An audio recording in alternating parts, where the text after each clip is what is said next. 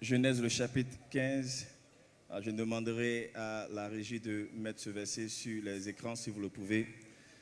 Genèse le chapitre 15, verset 8. Mais je vais commencer ma lecture à partir du verset 3, si vous me permettez. 3. Genèse le chapitre 15, verset 3. Et Abraham dit, voici, tu ne m'as pas donné de postérité, et celui qui est né dans ma maison sera mon héritier. Alors la parole de l'Éternel lui fut adressée ainsi. Ce n'est pas lui qui sera ton héritier, mais c'est celui qui sortira de tes entrailles qui sera ton héritier. Verset 5, et après l'avoir conduit dehors, il dit, regarde vers le ciel et compte les étoiles, et si tu peux les compter. Et il lui dit, telle sera ta postérité. Verset 6, Abraham eut confiance en l'Éternel qui le lui imputa à justice. Verset 7, l'Éternel lui dit encore, je suis l'Éternel qui t'ai fait sortir d'Ur en Chaldée pour te donner en possession ce pays. Verset 8, qui est la base de mon entretien avec vous pour les quelques minutes que j'ai avant que nous prenions notre offrande.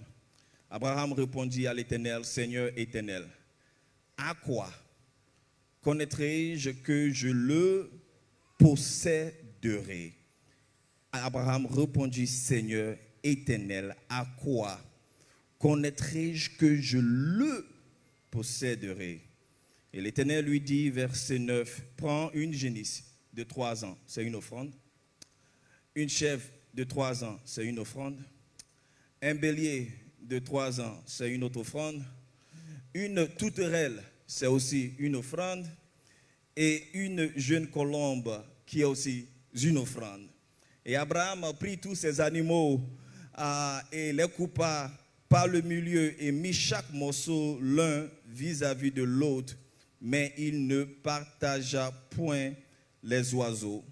Les oiseaux de proie s'abattirent sur les cadavres et Abraham les chassa. Pour le moment que j'ai à passer avec vous, je voudrais vous entretenir et si vous me le permettez, je voudrais que vous fassiez cette déclaration prophétique avec moi.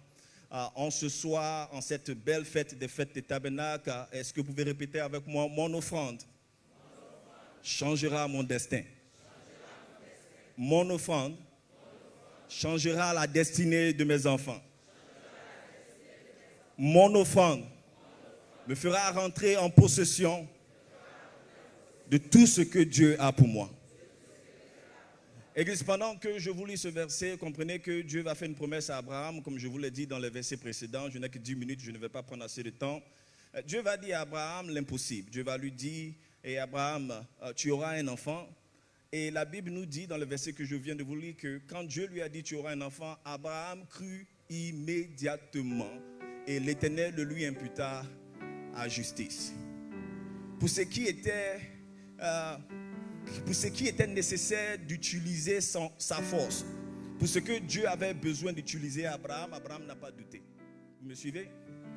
Mais quand il en venait à la possession de la terre, Abraham, qui a cru en l'Éternel dans le verset précédent, va maintenant se demander à Dieu, verset 8, donne-moi un signe. Quand c'est pour l'enfant, oui, je te crois. Mais quand c'est pour la possession de la terre, donne-moi un signe. Et ce Dieu-là, qui n'avait pas de problème à parler à Abraham quand il en venait à son enfant, va lui dire qu'avant que je te donne la révélation de la possession de la terre, tu dois me faire une offrande. Ici. Abraham, le père de la foi, l'homme que vous connaissez tous, Dieu va lui dire, Abraham, tu auras un enfant. Une conversation que Dieu a engagée de lui-même, de son propre gré. Et Abraham va répondre, Seigneur, je te crois, je serai le père d'une multitude. Mais quand il en vient à la possession de la terre, que tu vas prendre contrôle de ce territoire, Abraham va dire, Seigneur, donne-moi un signe. Et ce même Dieu qui n'avait pas de difficulté à lui parler auparavant va lui dire cette fois-ci, donne-moi une offrande avant que je te donne la révélation. Parce que ça coûte quelque chose pour changer de statut et pour prendre possession d'une terre. La vérité est que Abraham savait que dans la terre que Dieu lui avait promise, avait des géants, avait des Jébusiens, des Amoriens, des Cananéens. Et il savait que cette bataille-là allait devoir nécessiter, allait devoir prendre une force, une bagarre. Parce que nous allons, c'était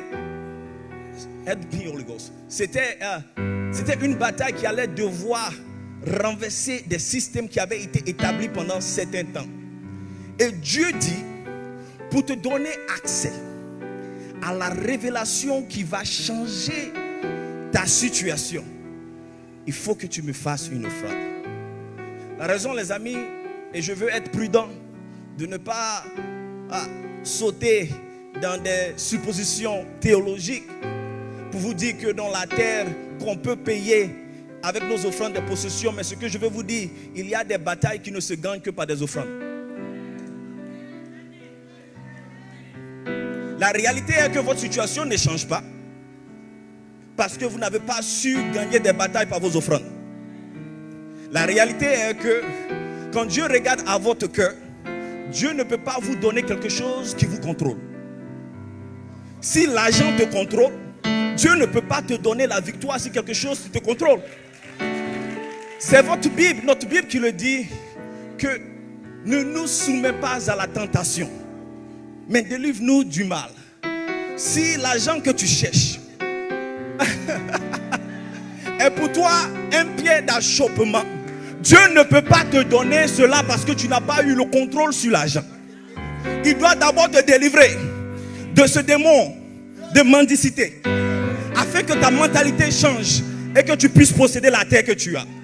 Je viens annoncer prophétiquement aux enfants du tabernacle, il est temps, en cette saison-ci, que nous prenons possession de cette terre et de tout ce qu'elle renferme.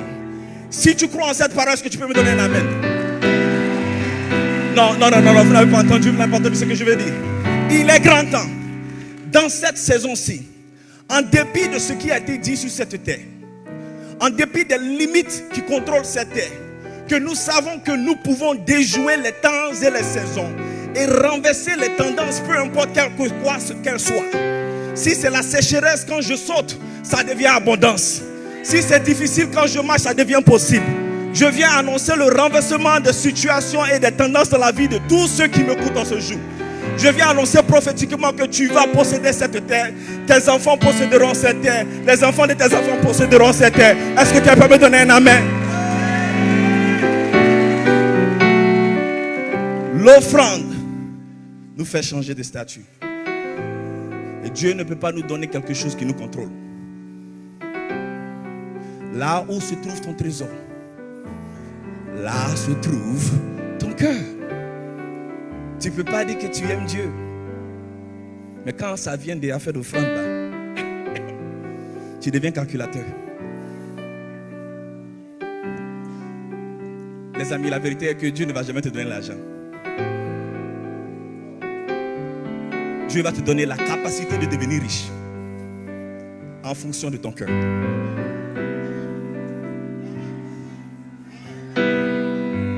Dieu évalue ton cœur pour savoir si tu as pu dominer ce démon de mammon. C'est Jésus qui parle, et puis il dit dans Matthieu chapitre 6, un homme ne peut pas servir 2 maîtres. Quels sont les 2 maîtres que Jésus a dit? Dieu et puis quoi? Mammon, c'est quoi? C'est l'argent. De tous les dieux que Jésus pouvait comparer, de tous les péchés que Jésus pouvait comparer, il a su que le démon ou le dieu le plus difficile à vaincre, c'est Mammon. C'est le dieu le plus difficile. Je suis en train de parler de l'argent, il y a des gens, leurs visages ont changé déjà. Oh Seigneur Jésus, my God. Mammon va tomber aujourd'hui. Mammon va tomber. Parce que tu dois prendre possession de cette terre. Est-ce que quelqu'un m'entend? Écoutez. Vous devez comprendre. L'offrande qu'Abraham a fait était suffisante pour préserver des milliers de générations. À cause de cette offrande, Vous êtes prêts? Les descendants d'Abraham n'avaient pas besoin de faire offrande. Vous m'entendez? Les enfants d'Israël n'avaient plus besoin de payer un prix. Parce que les aïeux, Abraham, a demandé un signe et a payé le prix pour cette génération qui était en lui. Il a donné l'offrande, non pas seulement pour lui, mais pour les générations qui vont sortir de lui. Et qu'en 430 ans, Dieu a entendu les cris des enfants d'Israël. L'offrande d'Abraham, qui est montée comme un parfum, a témoigné et a dit qu'il est temps d'envoyer la réponse à ce peuple-là à cause de cet acte qui a posé leur aïeux. Je viens dire à quelqu'un, il est grand temps que nous vainquions maman, non pas seulement pour nous, mais pour les enfants des enfants des enfants de nos enfants. Je ne veux pas vivre dans la mendicité.